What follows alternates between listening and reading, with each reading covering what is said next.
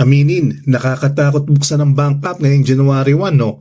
Baka zero o mas malala, negative na naman dahil sa dami ng handa at budol noong Pasko. Pero mga ka-investor, stop the drama. Today is the first page of your 2026 book. Gusto mo bang ang kwento mga yon taon ay puro utang at petsa de peligro pa rin o ito na ang taon na may peace of mind ka na? Ito ang The Brown Investor at hindi natin hayaang maging drawing lang ang New Year's resolution mo. Ito ang 8 non-negotiable habits na dapat mong simulan ngayon. Para sa kaalaman lamang, hindi personal na payong pinansyal. Affiliate products in the shelf below. Habit number 1, pay yourself first. Huwag mong hintayin yung tira sa sweldo mo bago ka mag-ipon. Dahil sa totoo lang mga ka-investor, alam nating dalawa na madalas ay walang natitira. Ang nakasanayan nating formula na income minus gastos equals savings, yan ang dahilan kung bakit zero ang bank account mo nung nakaraang taon.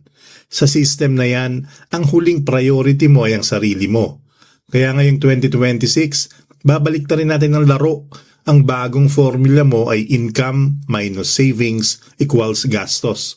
Pagkapasok ng sahod mo, bago mo pa bayaran ang kuryente, ang internet o ang budol sa cart mo, itabi mo na agad ang para sa'yo. Kahit 500 o 1,000 pesos lang yan, ihiwalay mo na. Isipin mo na lang na ang savings mo ay isang mandatory bill na kailangang bayaran sa sarili mo. Bakit? Dahil ikaw ang nagpagod at nagpuyat para sa perang yan. Obligasyon mo sa future self mo na unahin ng kinabukasan mo bago payamanin ng ibang tao. Tandaan, hindi kailangan malaki ang simula. Ang mahalaga ay ang disiplina na ikaw ang unang nakikinabang sa sarili mong pinaghirapan. Huwag mong hayaang ikaw ang laging huli sa listahan. Habit number 2, i-maximize ang digital banks. Mga ka-investor, 2026 na. Hindi na uso at lalong hindi na praktikal ang itatago ang pera sa ilalim ng kama o sa mga traditional banks na nagbibigay lang ng 0.01% na interes. Sa taas ng bilihin ngayon, ang perang hindi kumikita ay perang nalulugi. Gamitin mo ang mga digital banks gaya ng Maya, GCash, GoTime para yung ipon mo hindi lang natutulog kundi lumalago rin. Bukod sa mas mataas na interest rates na minsan ay umaabot ng 4% hanggang 6%, ang pinakamahalagang tulong nito ay ang automatic tracking. Sa bawat swipe o bayad mo ay may record agad. Mas madali mong makikita kung ang budget mo ba ay napupunta sa needs o sadyang napupunta lang sa wants na hindi mo namamalayan. May mga goals o packets, features din ang mga ito kung saan pwede mong ihiwalay ang pambayad sa bills sa tunay mong savings. Sa 2026, ang matalinong investor ay digital ang diskarte. Huwag hayaang mabulok ang pera mo sa lugar na hindi ka binibigyan ng value. Habit number 3, ang 48-hour rule. Sa panahon natin ngayon, sobrang daling mabudol. Isang scroll mo lang sa blue o orange app, may makikita ka agad na flash sale o trending na gamit na pakiramdam mo ay kailangan mo na. Pero ito ang sekreto. Bago mo i-click yung place order, patulugin mo muna yan ng 2 gabi o 48 hours. Alisin mo muna ang daliri mo sa checkout button at hayaan mong lumipas ang bugso ng damdamin. Bakit 48 hours? Dahil madalas, ang pagso-shopping natin ay impulse lang o dala ng stress at panandali ang kilig. Kapag paggising mo, pagkalipas ng 2 araw ay gusto mo pa rin siya at pasok pa rin sa budget mo, sige, i-go mo na. Pero maniwala ka ka-investor, 80% ng pagkakataon, marirealize mo na hindi mo naman talaga kailangan yung item na yun. Ang pag-iwas sa budol ay hindi lang pagtitipid, ito ay pagbawi ng kontrol sa pera mo para hindi ito basta-basta naglalaho sa mga bagay na magiging kalat lang din sa bahay nyo pagdating ng panahon. Habit number 4, ang pagbuo ng iyong starter emergency fund. Marami sa atin dahil first week of January ngayon, excited na agad mag-invest sa crypto, stocks o kung ano-anong business. Pero ito ang reality check. Huwag kang tatalon sa investment kung wala kang salbabida. Ang investment ay pwedeng tumaas o bumaba, pero ang emergency laging dumarating sa maling oras. Kaya targetin mo ngayong January na makabuo ng kahit 1 month worth ng iyong monthly expenses. Kung gumagastos ka ng 15,000 sa isang buwan para sa pagkain at bills, yan muna ang unahin mong ipunin. Isipin mo na lang, ito ang financial payong kapag biglang umulan ng kamalasan, tulad ng pagkakasakit, emergency sa bahay, o biglaang pagkawala ng racket. Kapag may starter fund ka, hindi mo kailangan i-withdraw ang investments mo ng palugi.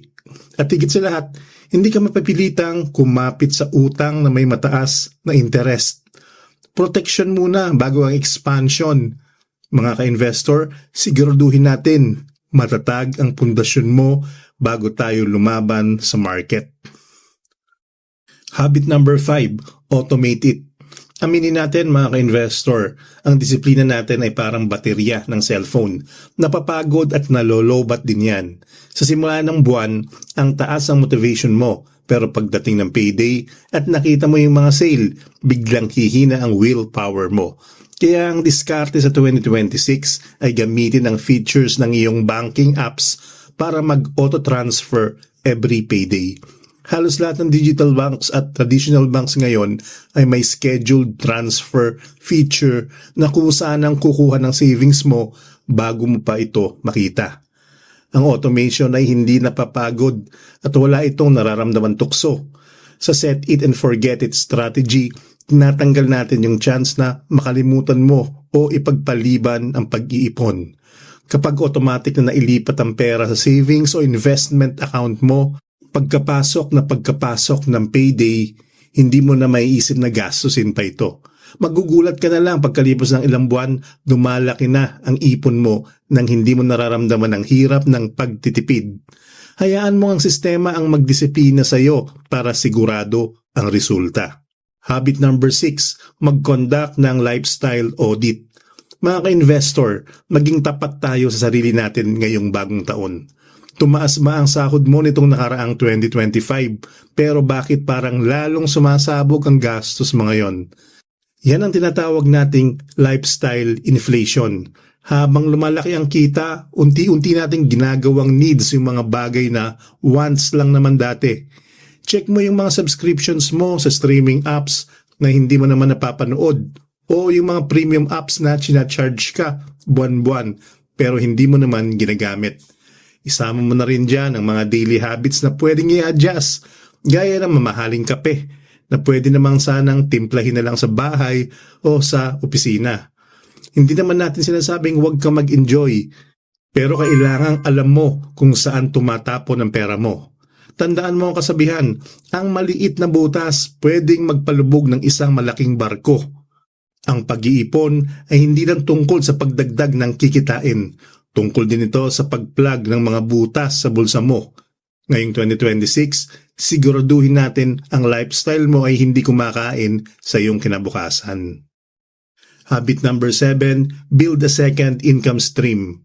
Mga ka-investor, kailangan tanggapin natin ang realidad. Sa ekonomiya natin ngayon 2026, mahirap at delikado ng umasa sa iisang sahod lang.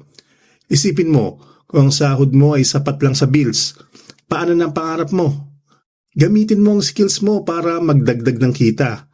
Kung marunong ka magsulat, mag-graphic design o kahit magbenta ng kung ano-anong gamit online. Simulan mo na yan. Hindi na kailangan ng malaking puhunan. Sapat na ang diskarte at internet connection.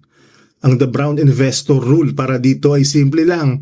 Ang extra income diretso dapat sa savings, hindi sa extra gastos. Huwag mong gamitin ang kinita mo sa side hustle para lang makapag-upgrade ng cellphone o pambili ng bagong sapatos. Gamitin mo ito para mapabilis ang pagbuo ng iyong emergency fund o pampadagdag sa iyong investments. Sa 2026, ang layunin natin ay magkaroon ng financial freedom at mangyayari lang yan kung mas mabilis ang pasok ng pera kaysa sa paglabas nito. Huwag lang magtrabaho para sa pera. Gumawa ka ng paraan para madagdagan ang pinagkukunan mo nito. Habit number 8, financial date. Every end of the month, kailangan upuan mo at kausapin ang sarili mo tungkol sa finances mo. Huwag mong hayaang lumipas ang buwan na hindi mo alam kung nasaan na ang goals mo. Kumusta ang ipon? Saan tayo sumablay at bakit tayo lumampas sa budget? Ang financial date ay hindi para stress ka, kundi para bigyan ka ng pagkakataon na mag-adjust at i-celebrate ang iyong mga small wins, gaya ng pag-iwas sa budol o pagbuo ng unang 5,000 sa savings mo. Kapag alam mo ang bawat galaw ng iyong pera, ikaw ang boss, hindi ang pera ang boss sa'yo. Nawawala ang takot kapag may malinaw kang plano at regular na monitoring. Ngayong 2026, ang pinakamahalagang habit ay ang pananatiling aware sa iyong katayuan. Kung magiging consistent ka sa date na ito, sigurado akong bago matapos ang taon, hindi mo na namamalayan na malayo na pala ang narating ng iyong financial journey. Tuloy-tuloy lang ang disiplina, mga ka-investor. And for our bonus tip, invest in knowledge. Bago ka mag-invest sa kahit anong platform, i-invest mo muna ang oras mo sa panonood ng videos katulad nito. Mga ka-investor, i-comment mo sa baba, 2026 is my year. I-manifest natin yan at simulan ang action plan natin ngayong araw. Kung nakatulong to, hit the like and subscribe button. Ito pa rin ang The Brown Investor, ang partner mo sa pag-unlad. Kita-kits sa susunod na video.